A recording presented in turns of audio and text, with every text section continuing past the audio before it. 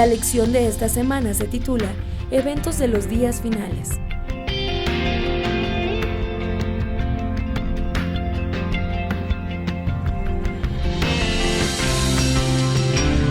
Estimados amigos y hermanos que nos siguen semana tras semana en este programa Presente 7, es para mí un privilegio el poder compartir con ustedes algunos conceptos bíblicos que a lo largo de esta semana hemos estado aprendiendo a través del estudio diario, sistemático de nuestro folleto de la Escuela Sabática.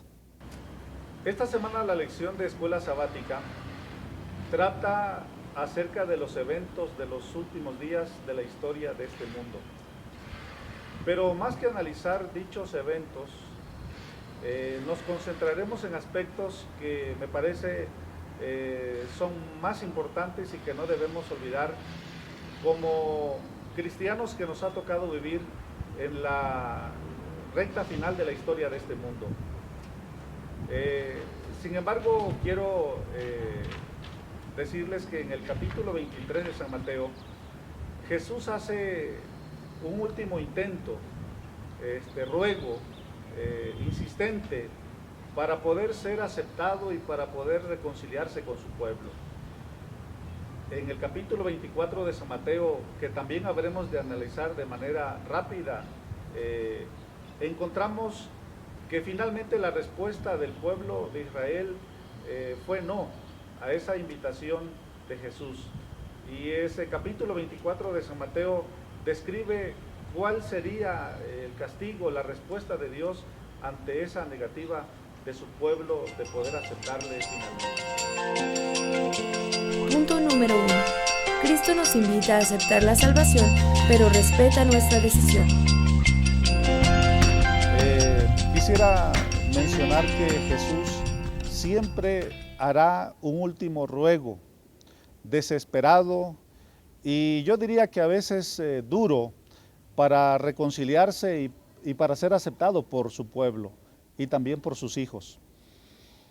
Esto de alguna manera lo encontramos descrito en el capítulo 23 de San Mateo, donde encontramos el último ruego de Jesús para su pueblo Israel, para lo cual, por ejemplo, mencionaré algunos casos de cómo Jesús se dirige a sus dirigentes, de cómo Dios se dirige a su pueblo de manera dura. En el capítulo 23 y versículo 13, Jesús llama a los líderes espirituales hipócritas. En el versículo 16 del mismo capítulo les llama guías ciegos. En el versículo 17 Jesús se refiere a ellos como insensatos. En el versículo 19 como necios. En el versículo 27 también se refiere a ellos como sepulcros blanqueados. En el versículo 33 también Jesús les llama serpientes, les llama generación de víboras. Es una manera, diríamos, dura, directa de Jesús para poder llamar la atención de su pueblo, de sus líderes. Y ahora con esto surge una pregunta que quisiera mencionarles. ¿Tiene Dios derecho a hablarnos de manera dura y directa? Por supuesto que no podemos olvidar que el propósito de Jesús era salvar, era redimir a su pueblo. El mismo capítulo 23 de San Mateo, el versículo 37, menciona a Jesús y dice: ¿cuántas veces quise juntar a tus hijos como la gallina junta a sus polluelos debajo de sus alas, pero no quisiste? Lo que movía a Jesús a hablarles así era su amor por ellos, era para salvarlos. Él era su creador, Él era su sustentador, pero también era su redentor. Y eso le daba derecho de poder hablarles, porque en el fondo de su corazón solamente tenía el propósito de amarlos y de salvarlos. Y me parece que también ese mismo derecho Jesús lo tiene para con nosotros, sus hijos, que estamos viviendo estos últimos días. Ese mismo derecho le da Jesús hablarnos, a amonestarnos, de llamarnos la atención, porque el único motivo que mueve a Él eso es porque nos ama y porque también nos quiere salvar. Preguntas en presente 7. ¿Por qué el llamado a ser cristianos coherentes de palabras y acciones es dado a todos y no solo a los líderes?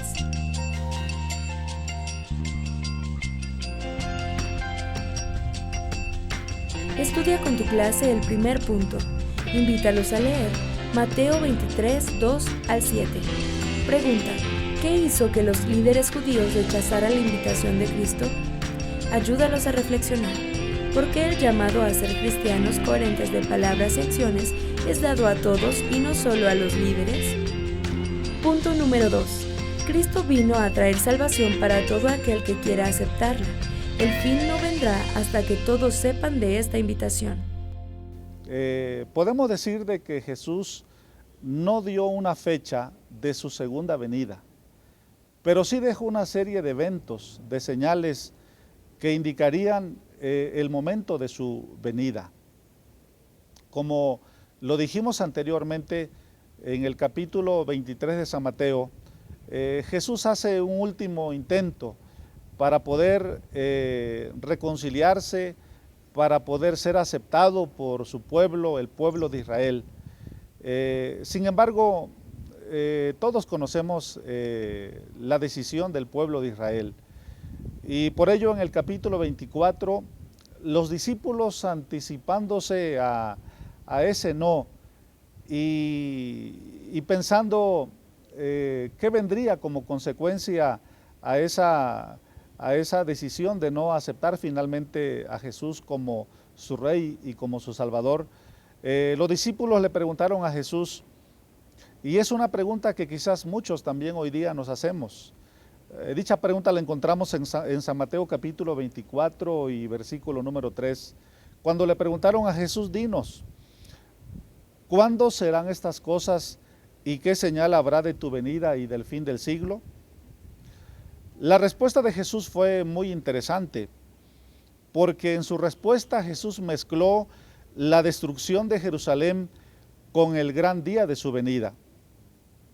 Por lo tanto, una pregunta a hacernos sería: ¿por qué Jesús mezcló estos dos eventos futuros? Bueno, podríamos decir que la razón por la cual Jesús contestó de esa manera fue en primer lugar para ilustrar que ambos eventos, tanto la destrucción de Jerusalén como el gran día de la venida de Jesús, ambos serían días grandes y días terribles. Y en segundo lugar, Jesús mezcló ambas cosas para dar certeza de sus palabras. A ellos les tocaría ver el cumplimiento del juicio de Jesús sobre Jerusalén, de ver cómo Jerusalén era destruida junto con su templo. Eso de alguna manera les iba a dar la certeza de que también el día de su venida, el gran día de su venida, en un futuro también sería cierto, sería verdadero. Y también podríamos decir que Jesús, al mezclar estas dos cosas, estaría también indicando que la predicación del Evangelio en todo el mundo, la aceptación del Evangelio en todo el mundo, sería la manera como sus hijos únicamente podrían asegurar su salvación. Y además, la predicación del Evangelio en todo el mundo sería la única condición que Jesús estaba poniendo finalmente para poder venir a esta tierra por segunda vez. Estudia con tu clase el segundo punto. Invítalos a leer Mateo 24, 3, 4 y 11 al 14. Pregunta: ¿por qué llega a ser tan importante la predicación del Evangelio a todo el mundo? Ayúdalos a reflexionar. ¿Cuán comprometido estás con esta misión? Punto número 3. En su amor, Dios nos ha dado las profecías para alertarnos sobre cómo será el fin. es que en medio de la crisis que enfrentamos en estos últimos días, el Señor finalmente ha prometido salvarnos. Una pregunta a considerar es: ¿por qué es tan importante que además de escuchar las promesas de Dios, también escuchemos sus advertencias? En San Mateo capítulo 24, en su versículo número 15, Jesús mencionó la siguiente declaración: por tanto, cuando veáis en el lugar santo la abominación desoladora de la que habló el profeta Daniel, el que lea entienda. Abominación desoladora. Se entiende así a alguna clase de sacrilegio o profanación de lo que es santo. Y Jesús, al hablar de la abominación desoladora, está hablando aquí precisamente de la destrucción de Jerusalén ocurrida ya en el año 70 después de Cristo. La hermana Elena G. de White, en el libro Conflicto de los Siglos, ella, hablando de Jerusalén, dijo lo siguiente: Cristo vio en Jerusalén un símbolo del mundo endurecido, en la incredulidad y rebelión que corría presuroso a recibir el pago de la justicia de Dios. En el libro de San Lucas, capítulo 21, versículos 20 al 22, encontramos la declaración bíblica de que Dios finalmente estaba invitando a su pueblo a salvarse. Y la lectura de la palabra de Dios dice: pero cuando veáis a Jerusalén rodeada de ejércitos, sabed entonces que su destrucción ha llegado. Entonces los que estén en Judea huyan a los montes, y los que estén en medio de ella váyanse, y los que estén en los campos no entren en ella. Porque estos son días de retribución, para que se cumplan todas las cosas en ellas escritas. Se dice que aproximadamente en ocasión de la destrucción de Jerusalén perecieron 1 millón de judíos, 97,000 personas aproximadamente fueron llevadas cautivos por los romanos. Sin embargo, lo interesante de esto es que los cristianos que escucharon la advertencia de ese castigo que sobrevendría sobre Jerusalén, pero que además se aferraron a la promesa del cuidado de Dios, se dice que todos fueron salvados. Esto nos hace entonces entender y creer de que en medio de la mayor crisis que vendrá sobre esta tierra, si nos mantenemos firmes a las promesas de Dios, pero también hacemos caso a sus advertencias, debemos de tener la seguridad de que Dios, de que Jesús también nos salvará. Presente 7 te pregunta: ¿por qué es tan importante que además de escuchar las promesas de Dios, demos atención a sus advertencias?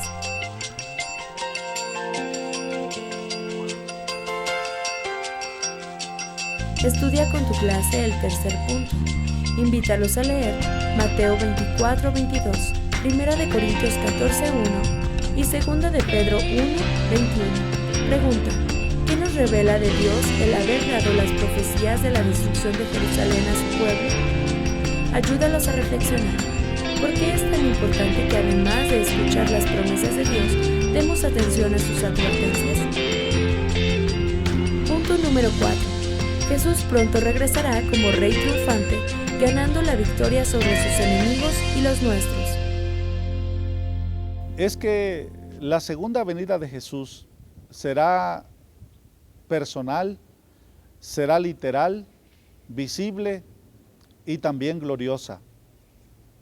Por eso creo que una de las preguntas que nos hacemos los cristianos, los adventistas del séptimo día, en la recta final de la historia de este mundo es: ¿cómo será la segunda venida de Jesús? Bueno, ya dijimos que la segunda venida de Jesús será personal.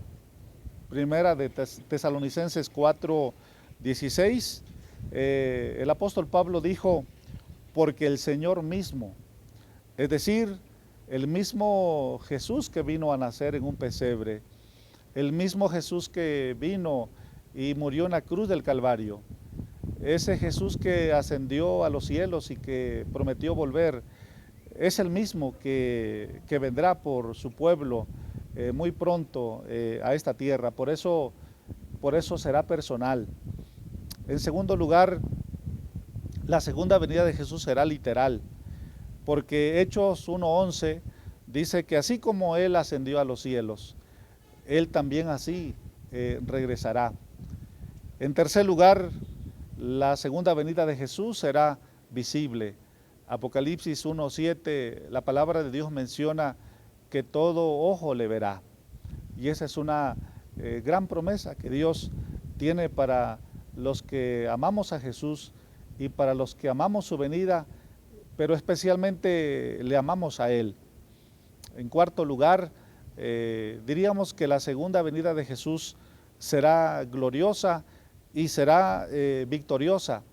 No vendrá como cuando vino la primera ocasión, sino que el libro de Apocalipsis en el capítulo 19 y versículo 16 menciona que en sus vestiduras y en su muslo trae una inscripción que dirá Rey de Reyes y Señor de Señores.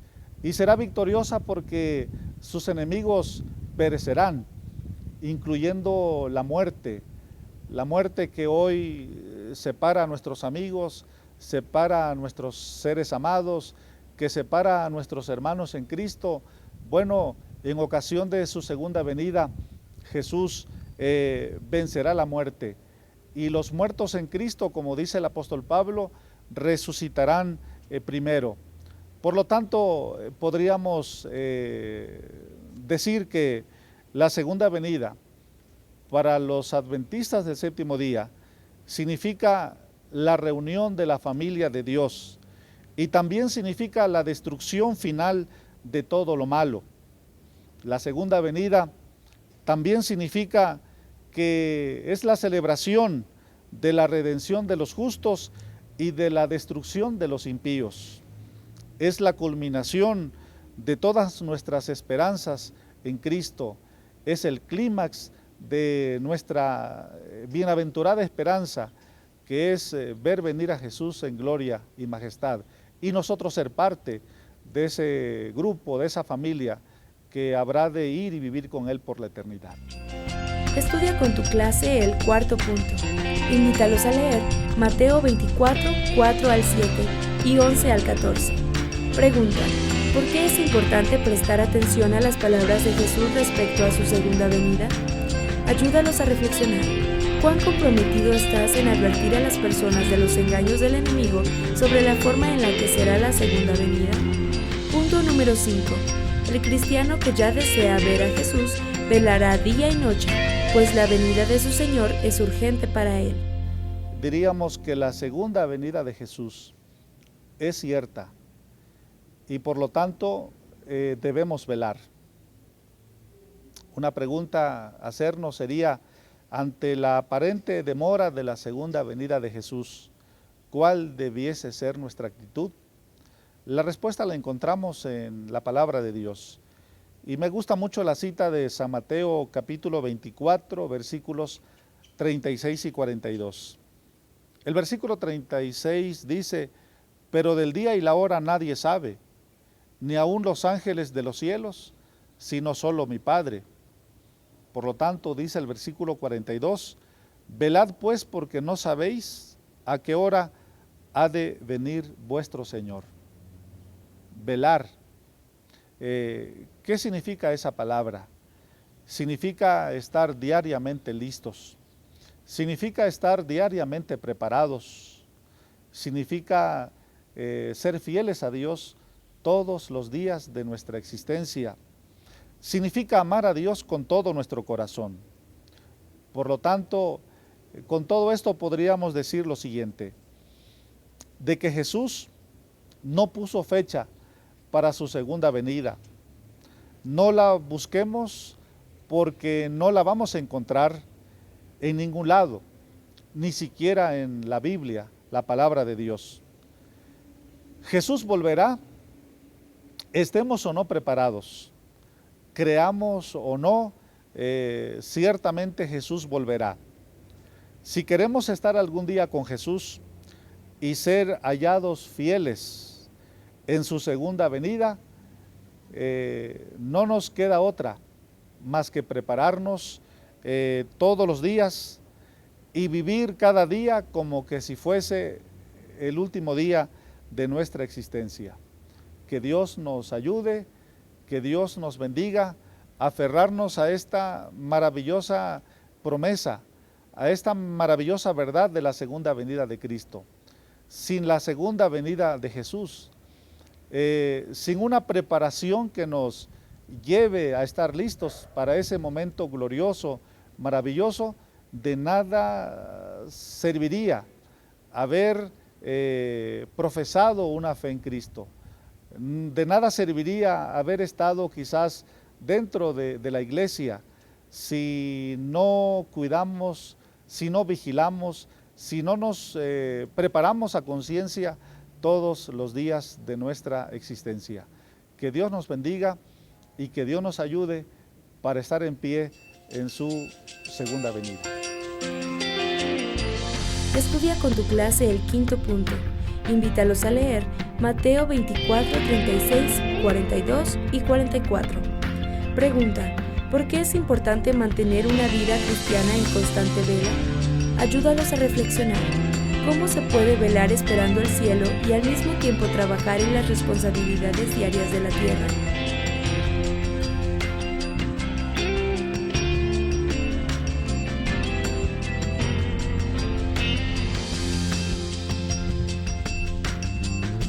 Te invitamos a mantenerte en contacto con nosotros a través de nuestra página en Facebook Presente 7.